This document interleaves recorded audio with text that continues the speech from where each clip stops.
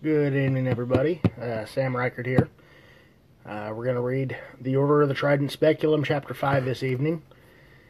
And, as I'm trying out this new system, we'll get straight into the book, and then I'll talk about a few current events afterward. But if you would like and share this page or this video, and if you don't have time to watch it on Facebook Live, then I will be uploading it to Netflix very soon. But let's get into it. Or not Netflix, YouTube.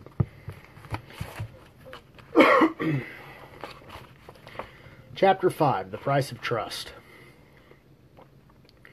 Several basins hovered near the wall of the underground chamber. The red brick and mortar was free of dirt and moss in the unusually organized room. Despite its small appearance, the bookshelves stretched on for as far as the eye could see in the dimly lit room. Uriel crossed the threshold, watching the basins flare up with his approach. The Archmagus paused, feeling the darkness around him. Searching his feelings, he knelt down beside the entryway to inspect the cornerstone. It was deep red, nearly black in color. Running his fingers over the odd stone, he stood, clearly disturbed by the findings. Got some spell talk here that I'm not going to translate at the moment. His words boomed through the seemingly small chamber, echoing their ferocity. The shelves sprang to life, moving throughout the room. Coming to a rest, a collection of tomes dismounted and landed in a stack on the central table. It was free of dust, a silver candelabra. It's a fancy word for a candle holder. Resting peacefully in the corner. The tiny flames burned bright, roughly halfway down to the melted sticks.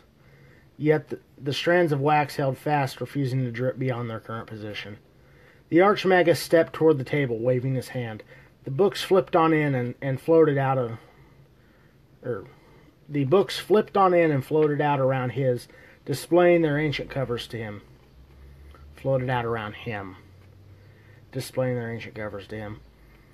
He ran his hand over each one, skimming the contents without opening the pages, deciding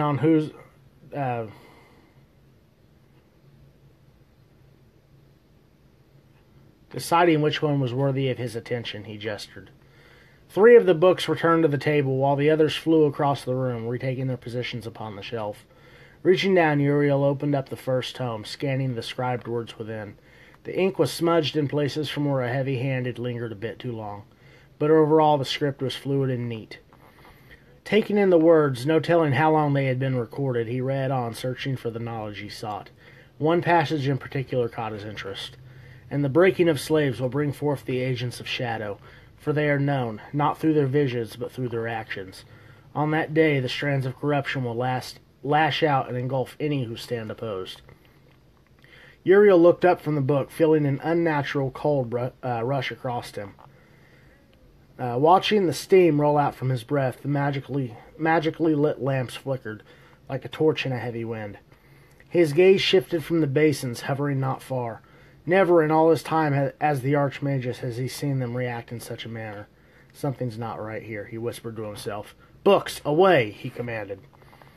The heavy tomes flew across the table, joining their brethren upon the shelf. Lavendir Suko! A swirling orb, nearly a foot in diameter, shimmered into existence, floating over the table. Storm clouds rolled inside the white opal casing, keeping it in constant motion. Uriel held his hands out on either side of the oculus, careful not to touch it. There was no telling what would happen if one such as he connected with the eye. At the very least, he feared eternal sight. That was a curse he didn't wish on the greatest of adversaries. Show me the source of the corruption. The clouds darkened, swirling inside their housing. They grew black as night, blocking out all sight. Unable to see the details, he rephrased his request. Show me the dangers of which my brother spoke. Thousands of images flashed into view, not lingering more than a brief moment on any single one. The Archmagus felt his eyes strain against the sights, unable to fully comprehend any of them. Unable to take any more, he closed his eyes, letting the oculus return to its idle state.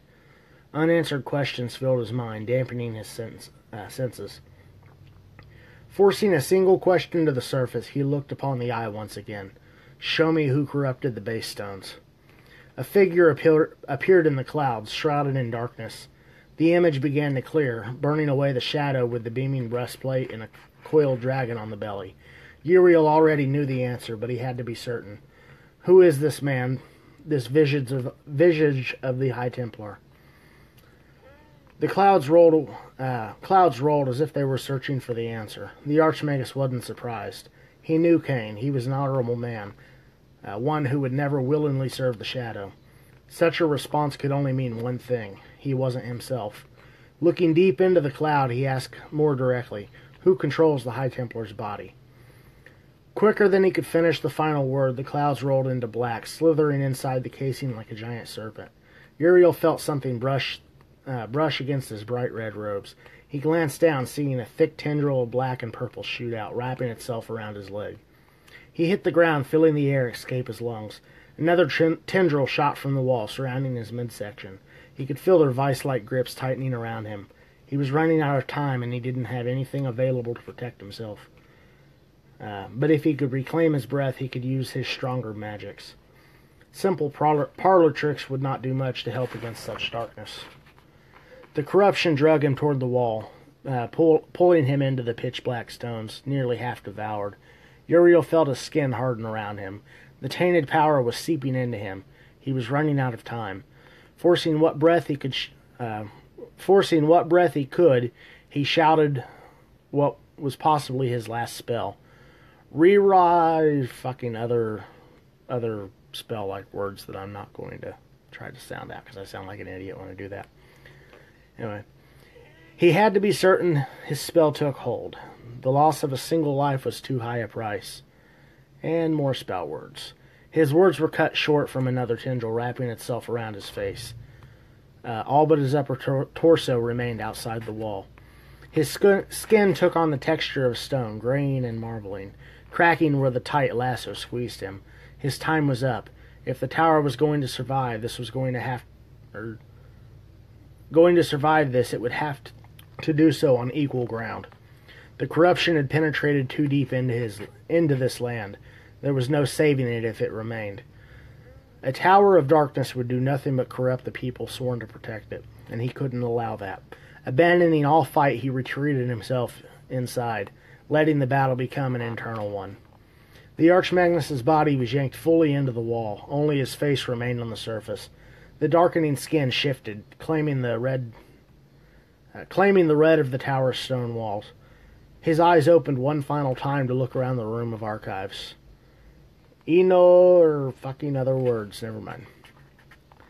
Hundreds of confused magi picked themselves up, staring at the crumbling outer wall. The main structure ripped itself from the earth, taking the sublevels with it. Several blackened stones, trimmed in red, shifted their positions, reforming the multiple stilts. As if it were alive, the suspended tower turned toward the west and started walking, careful not to step on the helpless bystanders at its base.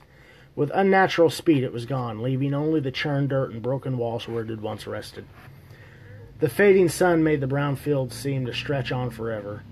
Okay, we had a section break there. The fading sun made the brown fields seem to stretch on forever. In truth, it wasn't much of an illusion. Krondar was a largely open field with small patches of forest. The only real exception was the southeastern mountains separating them from the coast. Ravion could see the tall, snow-covered peaks in the distance. He hadn't spent much time in the mountains, but he knew enough to navigate them. It was one of the many things he'd learned about the land from his search for the catacombs. Turning to look upon the army of Muldaran behind him, he approached their leader, Lady Cenaria. He offered a slight bow, showing respect to her position. You know you don't have to formally greet me each time we speak. I was forged in battle, and I'd appreciate the same courtesy you'd give any other soldier. Understood, my lady. He started to bow once again, catching himself. We're about a day's travel from the base of the mountains. Given your desire for discretion, I'd advise we march through the night to reach them by morning. I believe I know of an abandoned fortress that would serve your needs until we can find you better accommodations. Cenaria paused for a moment, considering his words. I appreciate your concern, but my men are tired. They need to rest. And I, for one, have spent too much time living in the darkness. I want to travel by day. She turned, addressing the hundreds behind her. We make camp. Break into groups of 10. Bury your fires and tend to your needs. I expect each group to assign a watch. Now get some rest. We move at first light. The Maldarian broke into their smaller groups and began setting up tarps, while others went to work digging the fire pits. Ravion watched the small group spread out to provide the most protection for the camp as possible. Most protection for the camp as a whole. Several of the soldiers marched off into the night, taking bows and spears with them. He was surprised at how well and organized they were. Those were skills that took a great leader and years of training to master. Yet these people acted as if they'd lived this way their entire lives. He wasn't sure how much time he'd lost in the catacombs, but one thing was certain. It wasn't long enough for these people to develop their skills from nothing. They'd either worked together long before the breaking, or there was more to their story than Scenario was telling him. He guessed the latter, but it wouldn't be polite to openly ask. Not that she owed him answers in the first place. He clearly wasn't going to tell his own secrets, at least not yet. Scenario pulled a large tarp from the bottom of her pack and unrolled it. Stretching it out across the dry grass, she held her hand out, channeling the energies into a thick canvas. It expanded, growing in height and taking the form of a small house. She connected the corner post and tied it off, ensuring it would remain against any strong winds. Ravion was a bit surprised by her trick. It was no surprise she possessed magic. That was something all his kind were born with. But its use required training, and that was something he had never had. Sure, he could do a few small incantations like healing a minor wound, or connecting with the plants in a certain area to find the location of something he was tracking, but it was nothing compared to what she had just done. That kind of magic required training. Yet he was sure she was a swordsman. Shaking the thoughts from his mind, he found a small shrubbery and took a seat next to it. He wasn't fully trusting of these new people just yet, and it was best to keep a wary eye open throughout the night. Approaching footsteps roused him from his sleep. Keeping his eyes mostly closed to avoid suspicion, Ravion squinted between his lids. He saw a pair of brown leather boots standing before him. Refusing to allow time for an unwanted attack, he sprung up, drawing his dagger. He watched the blade connect with the Maldaran's throat, the edge pressing firmly into his skin. A trickle of blood rolled down his throat, disappearing beneath the shirt. The man stared back at him, a look of uncertainty on his face. Carefully considering what actions would result from the outcome of his predicament, he spoke, filling the blade's edge against his windpipe. "Shh, don't draw suspicion," he calmly spoke, just over a whisper. Ravion pulled the blade away, but kept it ready. Taking a step back, he spoke in a hushed tone. "Why do you wake me?" The Maldaran gestured toward the command tent. "We don't have much time. I overheard one of the guards talking a little while ago. I wasn't sure who I could trust, but Scenario seems to trust you. That means I can as well." He paused, letting the Drew Slayer comprehend the importance of what he was about to say. "Go on." "It seems not all of us share Scenario's vision. For as long as I can remember, I've had this insatiable craving for power. It was something we all shared. Yet many of us could not rise above our masters to taste more than we were ever given. When the curse broke, we were freed of that desire, or so I thought. Some of our number are planning to take over tonight. Scenario is the strongest of us all. She held that status before everything. If they can kill her while she sleeps, there won't be anyone to stop them. We'll be thrust back into the world in which we fought to escape, and I don't want that." He choked on his words and fell forward. Ravion caught the Maldaran, seeing the arrow protruding from his back. Several shouts erupted at the camp. Ravion could see figures running, striking any who reached for their weapons. It was too late. The attack had already begun. Dropping the dead Maldaran, he drew his longsword and rushed toward the command tent. One of the attacking guards slashed out, aiming to cut the outsider down. Ravion easily deflected the strike, driving his sword deep into the man's heart. Ripping his blade free, he continued on, reaching the tent. He could hear voices inside. Slowly pulling the flap to the side, he peered in.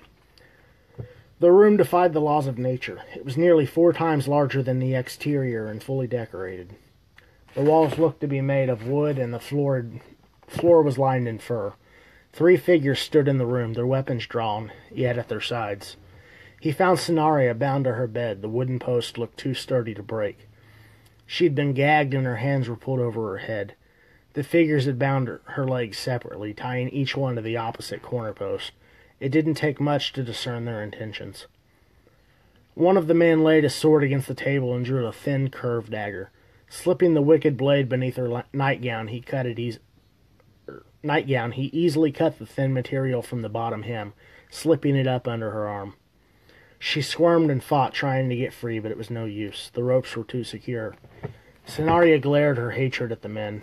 She was helpless and unable to fight back. He quickly cut the straps over her shoulders, securing the ruined garments free.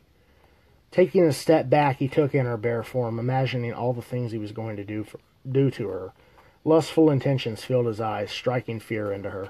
Ravion had seen enough. He couldn't stand by and allow this to happen. Taking a deep breath, he threw the canvas flap open and rushed in, driving his sword into the back of the closest warrior. The would-be rapist was dead before he hit the ground. Ravion threw his dagger, watching it connect with the other watcher's throat. The blade sank deep, burying itself to the hilt. The last Moldarian turned to see the approaching Drewslayer. He placed his dagger against the subdued woman's throat, daring the man to continue. "Take another step and I'll kill her." Ravion paused. He knew he didn't have much time. This man, this scum, was liable to kill her anyway.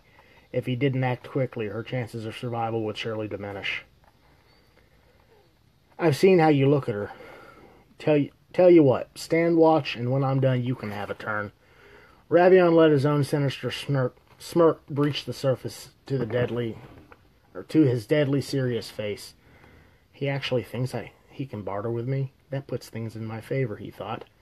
The Moldarian smiled, seeing the Drewslayer's response. "I'll have my way, and then I'll kill the both of them when he starts." "There's one little problem with your offer," Ravion said. "And what's that?" "She's not a toy you can willingly pass around." Ravion flung his sword, watching the long blade flip end over end. It passed into the Moldarian's shoulder, launching him back and pinning him to the wall. The illusionary magics inside the tent shimmered and disappeared, leaving a dirty canvas in its place.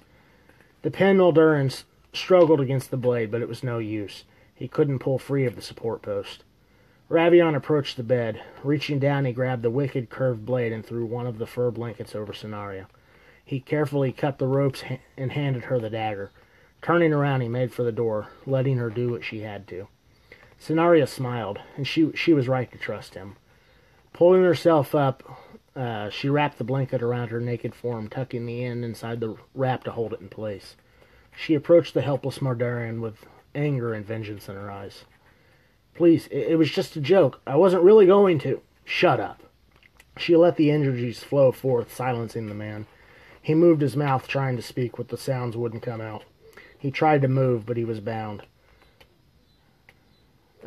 She watched the tears flow from his eyes, feeling no remorse for him.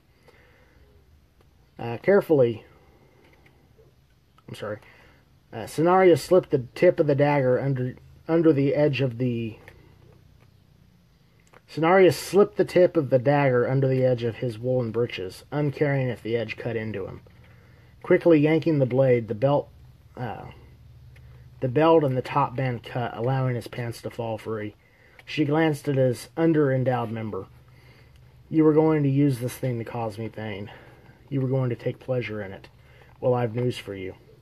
I'm going to use it to cause you pain, and I promise I'll take pleasure in every drop of blood I draw from you." He cried out, but was unable to give his fear voice. He tried to fight. His body was unresponsive. She pressed the tip of the dagger into him, watching blood and urine trickle from the wound. Slowly dragging the razor-sharp edge upward, she split him, destroying his manhood. Returning her attention to his face, she stared deep into his eyes. "You had a chance at a new life, Marius. One free of inflicting pain and misery upon others. But you had to revert back to your old ways. I wish I could simply threaten you to never try this again. But I'm afraid it's too late for that. Your kind will never learn their lesson." The best I can do is put you on display for any others. If lessons can't be taught, then fear must serve as a deterrent. Finishing her statement, she brought the dagger around, burying it into his throat. He gurgled in protest, unable to escape his fate. Cennaria took comfort in his demise, watching the life leave his body. Pulling the long sword from him, she let the body crumple to the ground, bleeding out into the fur liner. Turning from the dead man, she laid the sword on her bed and grabbed her clothes. Quickly throwing them on, she strapped her armor into place and sheathed her sword. Grabbing the ancient weapon's scabbard, she made for the opening.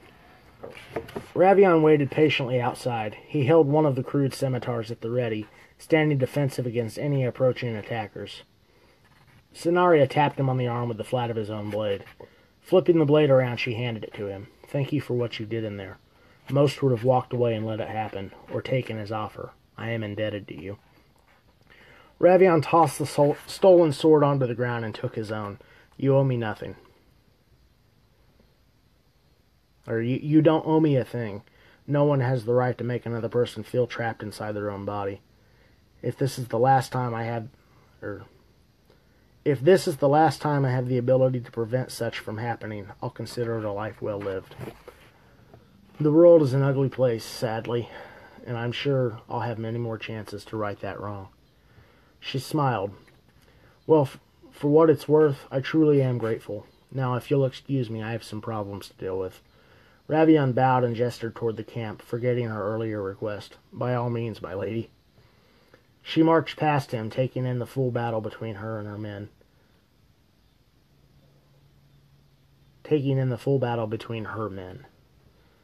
Raising her hands to the sky, she summoned the energies, letting them flow into the night. Dark clouds rolled on, blanketing the area. Flashes of light illuminated the field, striking the ground in several areas. Ravion watched the strikes targeted on the large groups. They struck with such ferocity that charred bodies flew into the air, crashing down into the waist-high grass. The battle roared to a halt, both sides recognizing the danger the storms presented. Cennaria dropped her arms, letting the clouds dissipate. She looked over the group, a mere fraction of what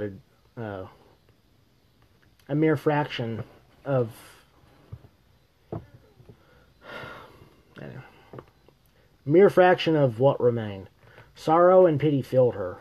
Her voice boomed across the field like thunder shaking the ground. "Enough!" She felt sorry for them. Why couldn't they let their past go? If the only thing that came from darkness was more darkness. And that was why was that so hard to understand? Taking a deep breath, she spoke again, letting her words sound just loud enough for the dwindling army to hear her. There was no sense in drawing unwanted attention. "Marius is dead. Those who follow him, lay down your weapons and surrender, or face immediate execution." Several of the group slowly tossed down their weapons and threw their hands overhead.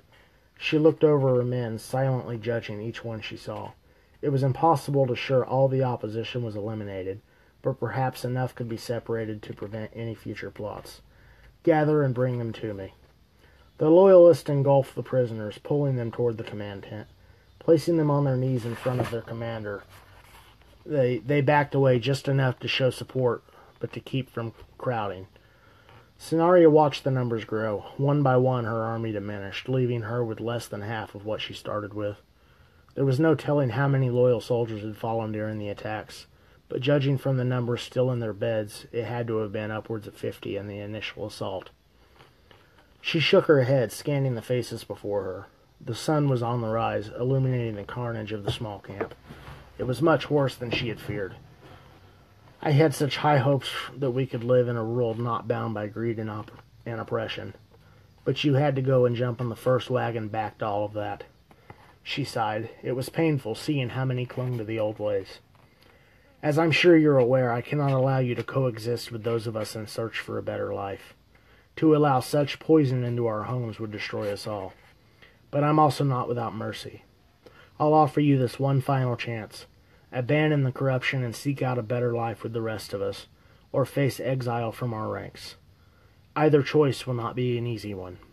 If you stay, you'll have to work twice as hard to reclaim lost faith. If you go, you'll head east, away from these lands. You'll face unknown risk and the promise of death if you ever return.